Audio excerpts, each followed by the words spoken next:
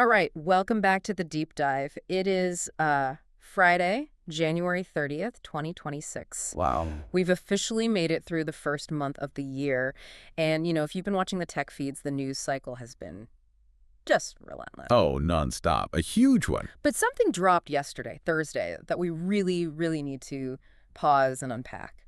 Yeah, this is one of those headlines that might look like alphabet soup to a casual observer, just another acronym. Yeah. But for anyone who actually cares about how the internet works. Or how to keep their data safe. Exactly. This is a massive milestone. It really is. And before we get to the specifics, I want to start with a little thought experiment.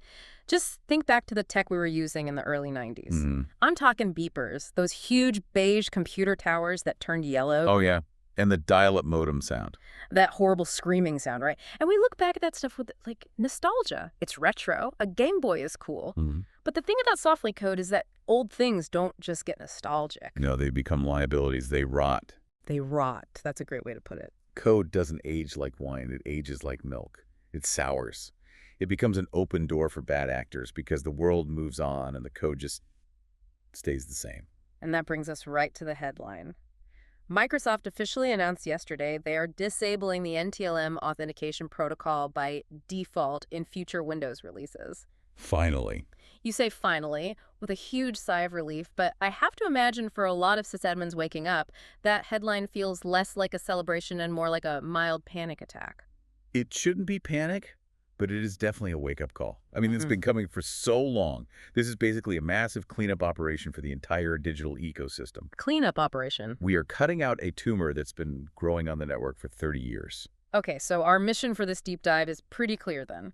We need to figure out why a 30-year-old piece of code is finally getting the axe, how dangerous it had become, why you're calling it a tumor, and we have to look at this three-phase plan Microsoft has. So let's start at the very beginning. NTLM, what are we even talking about? So NTLM stands for New Technology LAN Manager. New technology. That's incredibly ironic, sitting here in 2026. Well, context is everything. It was new in 1993. It came out with Windows NT 3.1, and it was the successor to an even older protocol called LAN Manager. Okay. So yeah, back then, this was cutting edge. A relic then. But what did it actually do? What was its job? It's basically a bouncer. NTLM is an authentication protocol. In simple terms, it's a challenge response system. Okay. So let's say you want to log into a server. The server says, okay, prove you are who you say you are. It sends your computer a random string of numbers. That's the challenge. So it throws down the gauntlet. Right. Your computer then takes your password, does some math on it to create what's called a hash, like a digital fingerprint, and it mixes that hash with the challenge numbers. It sends that result back. The server does the same math, and if the numbers match, The bouncer lets you in. the bouncer lets you in. Simple enough. But here's the thing that confuses me. I was looking at the notes, and it says Kerberos, the modern gold standard, replaced NTLM way back in Windows 2000. That's correct, yeah. So, if Kerberos has been the default for 26 years, why are we even having this conversation? Why is NTLM still lurking around?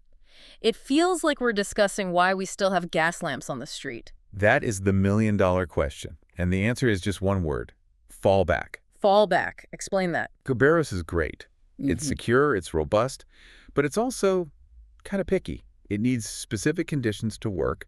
The client needs a clear line of sight to the domain controller. The timestamps on the machines have to be synced. Oh, I've heard about the 5-minute time skew thing. Exactly. So if any of those stars don't align, if the connection's a bit wonky, Kerberos just fails. It gives up.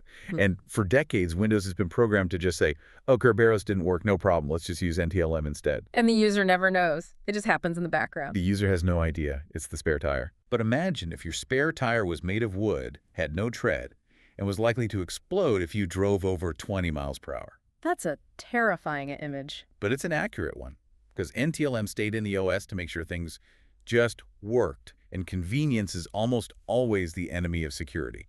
So let's dig into that wooden tire. Why is NTLM specifically a security nightmare? What makes it so radioactive? It all comes down to the cryptography. The math that holds it together is based on algorithms like MD4. By 2026 standards, that's not encryption. That's a puzzle on the back of a cereal box. So modern computers can just brute force it. Modern gaming GPUs can crack NTLM hashes incredibly fast. Yeah. But it's not just that. The way the protocol itself works allows for some really nasty attacks. I saw a term in the sources, NTLM relay attacks. That sounds bad. Right. This is the big one. This is what keeps security researchers up at night. So how does that work? Is someone just listening in? It's worse. It's an active man-in-the-middle attack. Remember that challenge response thing? Yeah, the server sends a challenge, I do the math, send it back. Right. So in a relay attack, a threat actor puts themselves between you and the server. When your computer tries to authenticate, the attacker intercepts it. But instead of just looking at it, they turn around and relay your response to a different server. Wait, what? Usually a high-value one, like the domain controller itself. So they're taking my ID card, walking over to the bank vault, and showing it to the guard saying, hey, I'm him. Precisely. Yeah. And because NTLM doesn't really verify who the server is that you're talking to, it lacks that mutual authentication. The target server just accepts it. It thinks the attacker is you. That seems like a massive design flaw. It is. It's a flaw from the 90s when we trusted networks more. But the consequences today are just catastrophic. This allows an attacker to escalate privileges from 0 to complete control. Complete control over a Windows domain almost instantly. Game over. And you mentioned some of the names of these things in the pre-show. They have a dark sense of humor, don't they? They really do. Yeah. We've seen vulnerabilities that exploit this with some truly bizarre names. I've got the list. PetitPotam. It sounds like a cartoon hippo. It does, but there is nothing cute about it.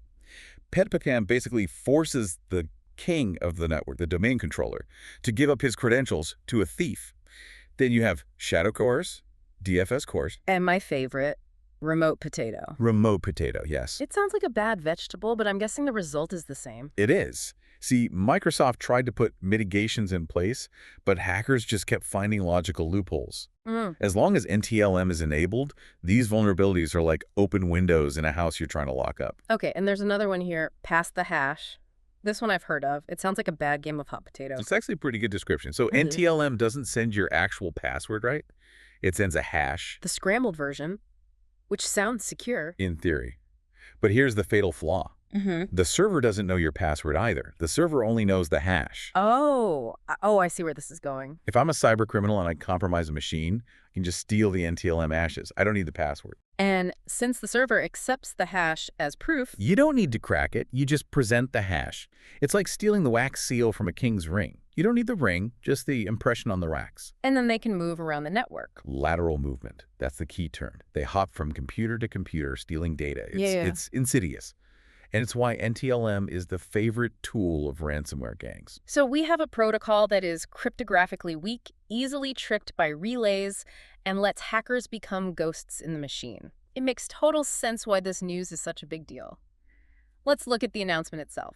Microsoft says, goodbye, NTLM.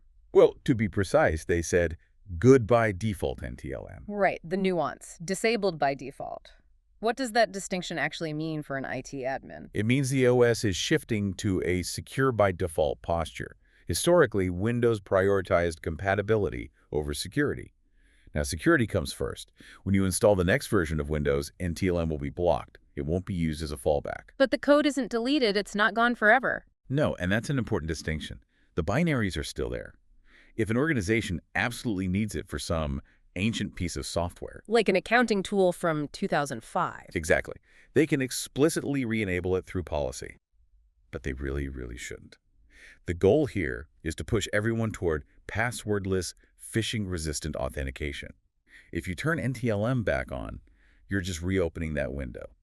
Okay, so Microsoft isn't just pulling the rug out. They've got this 3-phase transition plan. Because if they just shut it off overnight, it would be absolute chaos. Printers would stop, file shares would vanish. So yes, phase 1 is happening right now. Phase 1, discovery and auditing. What does that look like? This is all about visibility. You can't fix what you don't know about. So in Windows 11 24H2 and Windows Server 2025, admins get much better auditing tools. It's like turning on the lights in the basement and see where all the problems are. Exactly. It lets admins see exactly which apps or devices are still using NTLM. Is it that old printer? Is it a script someone wrote 10 years ago? Phase 1 is about identifying the dependencies. And then comes phase 2. This part seems really interesting because it's not just taking something away, they're adding new tech. Phase 2 is scheduled for the second half of this year. This is where Microsoft introduces the replacements for that fallback mechanism. They're not just taking away the spare tire, they're giving us a run flat. Plugging the holes Kerberos couldn't fill? The notes mention IAKerb and a local KDC. Let's break those down. What is IAKerb? So remember how Kerberos needs that direct line of sight to the domain controller? Right. Well, IAKerb stands for Initial Authentication Kerberos. It lets authentication happen through a proxy. Basically, the client can ask the server it's talking to, hey, can you pass this message along for me? Like passing a note in class. You don't have to talk to the teacher directly. Exactly. It bridges the gap. It allows Kerberos to work where NTLM used to be the only option. And the local KDC. That sounds like bringing the authority closer to home. That addresses the other big gap. Local accounts. Historically, if you were logging into a local machine account, just the computer itself, you had to use NTLM. The local KDC builds a mini Kerberos authority right on the machine. That's huge. So they're building a modern bridge so you don't have to swim through the NTLM swamp. I love that analogy. Yes, they are removing the excuses. Once IAKerb and local KDC are out, there's almost no legitimate reason left to use NTLM. Which brings us to phase 3. The end game. Disabling network NTLM by default. Once the tools are there from phase 1 and the alternatives from phase 2. Phase 3 is just closing the door for good. It feels like a very responsible way to kill a zombie. It is, but what's fascinating here is the history. This wasn't a sudden decision. No, I was looking at the timeline. This is a very long goodbye. A very long goodbye. Microsoft has been warning developers to stop using NTLM in apps since 2010. 2010, that is 16 years ago. 16 years. So if you wrote an app in 2015 that used NTLM, you were already 5 years behind the advice. That's wild. An entire generation of software built on a foundation that was already condemned. And then in October 2023, they first announced plans to retire it.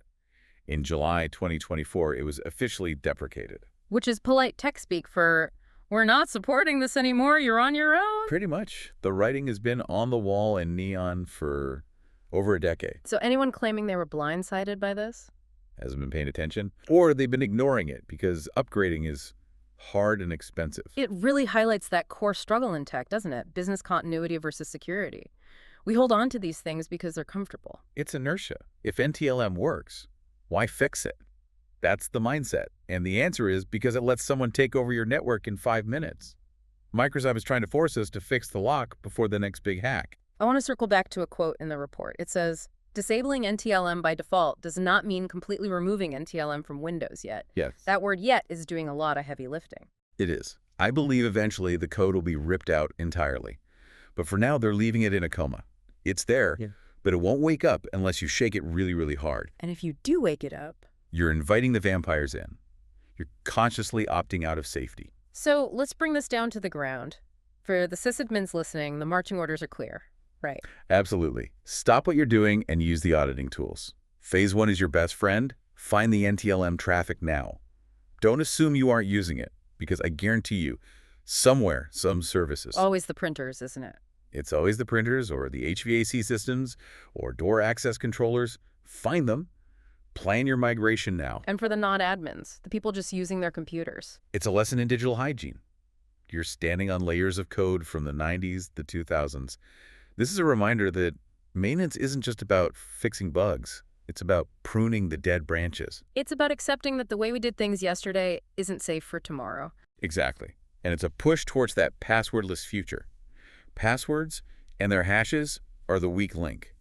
This is a move toward a world where identity is verified in much smarter, harder-to-fake ways. I think that's a great place to summarize. We've covered a lot of ground here. We really have. So the quick version, yesterday, Jan 30, 2026, Microsoft announced NTLM is being disabled by default. A historic move. It's a 30-year-old protocol. It's vulnerable to relay attacks and pass the hash. And bad guys use it to take over your network without even needing your password. Microsoft's got a 3-phase plan. Audit now, patch with new tools like IAKerb later this year, and then the default is off. And developers who ignored the warning since 2010 are finally out of excuses. You know, this whole conversation leaves me with one lingering thought. We're talking about NTLM because it's the headline. It's the villain we know. Right. The devil we can see. But if a protocol known to be dangerous since 2010 is only being disabled by default in 2026, it makes you wonder. What else is in there? Exactly. What other legacy skeletons are hiding in our digital closets right now? What other code from 1995 is running on your laptop this very moment, working perfectly, just waiting for a researcher to give it a silly name like remote tomato and realize it gives hackers the keys to the kingdom? That's a thought that'll keep me up tonight. We are always just one discovery away from the next phase 1 audit. On that cheery note, go update your systems, check your audits, and stay curious. Thanks for listening. Stay safe out there.